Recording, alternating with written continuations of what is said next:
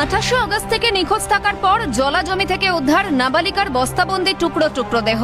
আদিবাসী ছাত্রীকে অপহরণ করে খুনের অভিযোগে গ্রেফতার রামপুরহাটের শ্যামপাহাড়ি শ্রীরামকৃষ্ণ শিক্ষাপীঠের শিক্ষক মনোজ কুমার পাল। ধৃত শিক্ষক বর্তমানে পুলিশি হেফাজতে রয়েছেন। এছাড়াও ধৃতের বাড়িতে তল্লাশি চালিয়ে সেক্স টয় উদ্ধার করেছে পুলিশ। খবর সামনে আসতেই ক্ষোভে ফেটে পড়ে রামপুরহাটের বারোমেশিয়া গ্রামের মানুষজন। নৃশংস খুনের ঘটনায় জনরোষ আছড়ে পড়ে স্কুলের প্রধান শিক্ষকের উপর। চলে মারধর।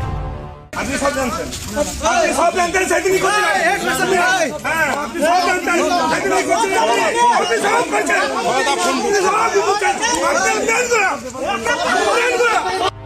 দফায় দফায় চলে বিক্ষোভ। উত্তেজিত জনতার হাত থেকে প্রধান শিক্ষককে উদ্ধার করে পুলিশ। এরপর রামপুরহাট ঝাড়খণ্ড যাওয়ার রাস্তায় বাঁশ লাঠি ফেলে বিক্ষোভ দেখাতে শুরু করে গ্রামের মানুষজন। ফলে অবরুদ্ধ হয়ে পড়ে রাস্তা।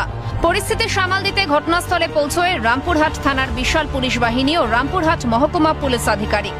অন্যদিকে বিজেপি জেলা সভাপতি ধ্রুব সাহার নেতৃত্বে রামপুরহাট থানায় বিক্ষোভ দেখায় দলের নেতা ও কর্মী সমর্থকরা।